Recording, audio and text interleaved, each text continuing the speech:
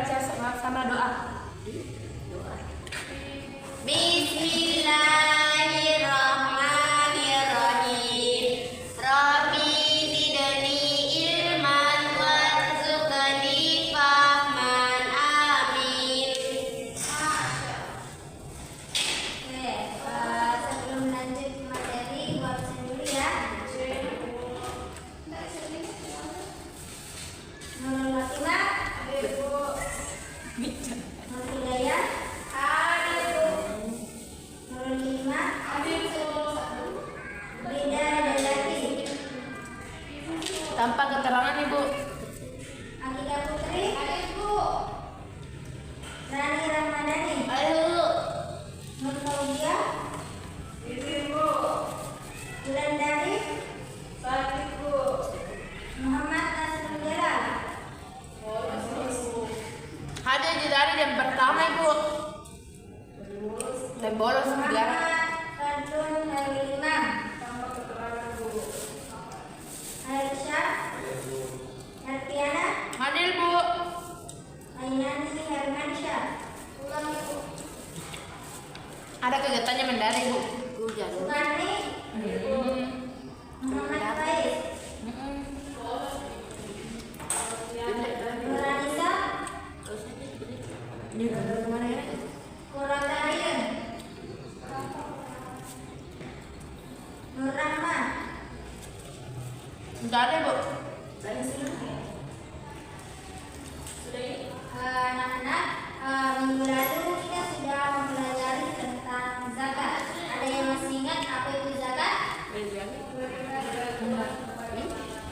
Ya. Nah, zakat ini mengajarkan kita untuk selalu peduli terhadap orang lain dan mendekatkan diri kita kepada Allah Subhanahu wa Ta'ala. Nah, selain zakat ada juga ibadah yang mendekatkan diri kita kepada Allah Subhanahu wa Ta'ala. Ada yang tahu apa itu?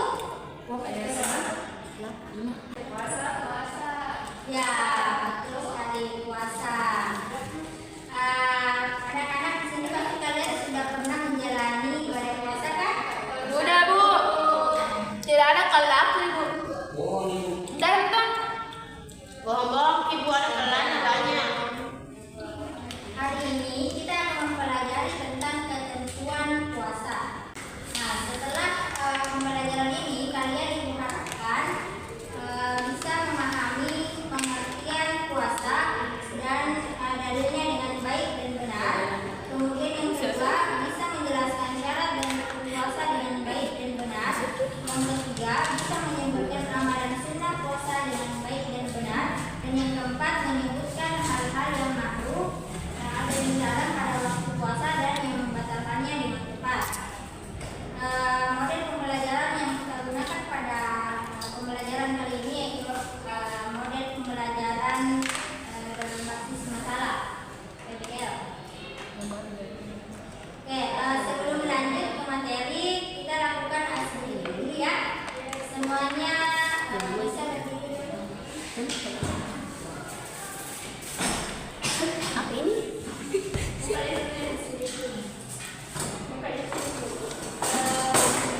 Perbedaannya seperti ini. Satu ini, dua paha ya, dua, tiga, empat. Kalimatnya seperti ini. Konsentrasi dimulai. Peraturannya, siswa yang dimulai namanya pertama harus menyebutkan namanya dan nama teman yang ingin dia tuju. Misalnya seperti ini, kita bacakan dulu ya. Konsentrasi dimulai. Mirna, Hikmah, Hikmah harus menyebutkan nama teman yang mau dia tunjuk. Kan saya menyebut nama aku, jadi saya sebut nama temannya. Paham nanti? Paham. Kita mulai ya.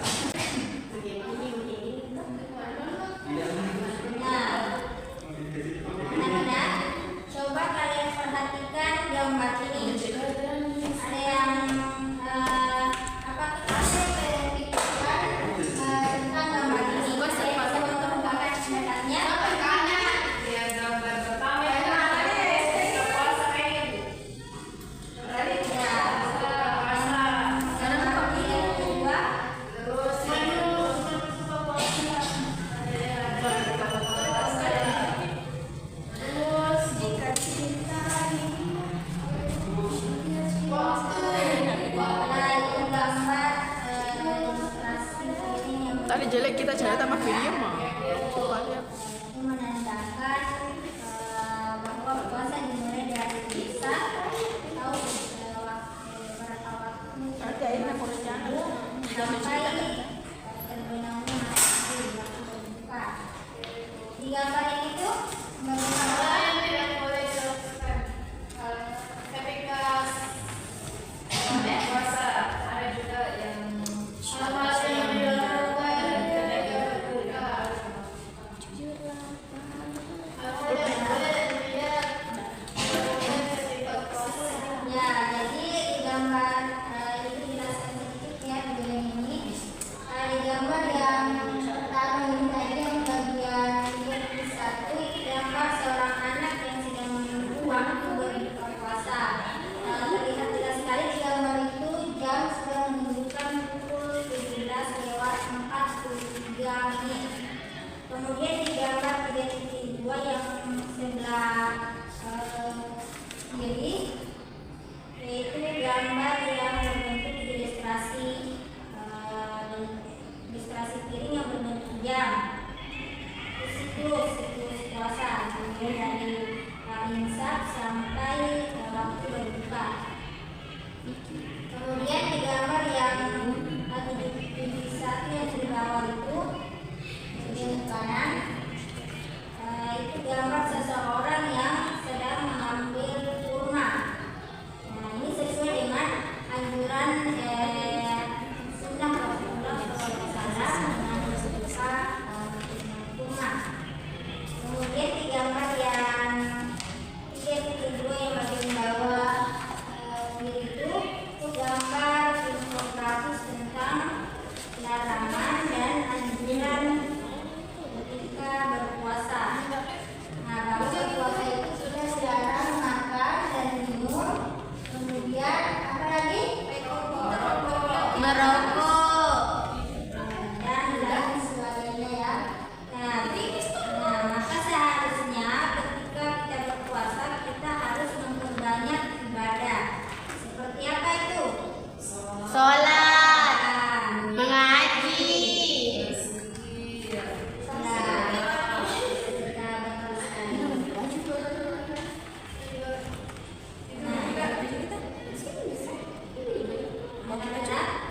ada yang tahu arti berpuasa?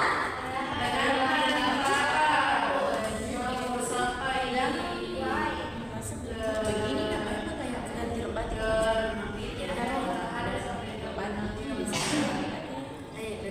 Ya, betul. Jadi itu jelaskan dari sini mengenai dia pengertian puasa. Puasa itu dalam bahasa Arab dikenal dengan istilah siyam atau shaum yang merupakan bentuk masdar dari soma yasumu sauman wa siyaman yang berarti menahan atau mencegah.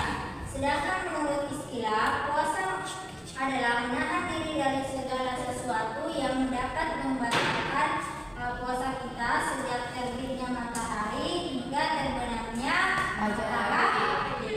Disertai dengan niat, syarat, dan hukum puasa. Nah, firman Allah tentang puasa terdapat dalam Quran surah Al-Baqarah ayat 187. Ada yang bisa membacakan?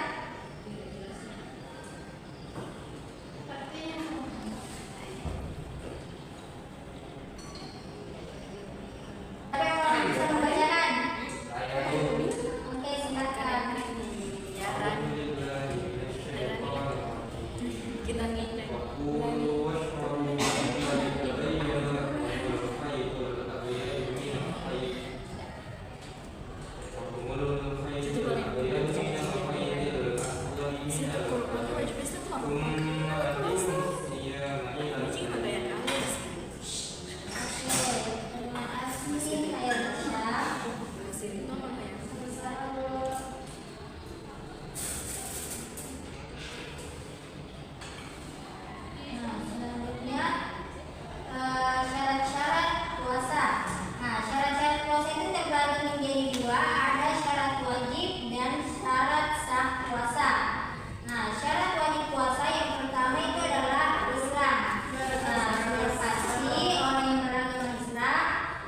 melaksanakan puasa. Kemudian yang kedua adalah balik. Nah, kadang-kadang di sini kalian pasti sudah mengalami masa pubertas ya, sudah balik. Kemudian yang ketiga adalah berakal sehat. Ya, jadi orang yang gila itu tidak dikenai kewajiban untuk melaksanakan puasa karena akalnya tidak sehat. Nah, kemudian yang keempat itu mampu atau kuat melakukannya. Nah, jadi misalnya orang tua yang sudah lansia atau seseorang yang sedang sakit itu bisa menggantinya dengan misalnya yang lansia itu menggantinya dengan membayar fidyah. Kemudian kalau yang sakit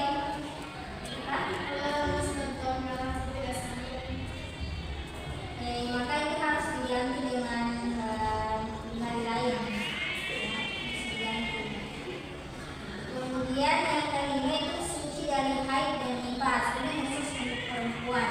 Nah, kemudian yang keenam itu menetap atau mukim. Nah, selanjutnya syarat sah puasa itu tadi Islam. Kemudian yang kedua mumayyiz. Mumayyiz itu artinya bisa membedakan mana yang baik dan benar. Kemudian yang ketiga suci dari haid dan nifas. Dan yang keempat berpuasa bukan pada hari-hari yang diharamkan. Nah, hari-hari yang diharamkan itu ada yang tahu apa berpuasa pada hari-hari yang diharamkan? Nah, ini seperti hari tasyrik, itu 3 hari sebelum menjelang waktu salat Idul Adha, tanggal 11, 12 sampai 13 Zulhijjah. Kemudian selanjutnya rukun puasa. Nah, rukun puasa yang pertama itu adalah niat. Niat puasa yaitu adanya kesengajaan di dalam hati untuk menjalankan puasa semata-mata menghadap ridha Allah Subhanahu wa Ta'ala. Kemudian yang kedua meninggalkan segala sesuatu yang membatalkan puasa dimulai dari terbitnya fajar sampai terbenamnya matahari.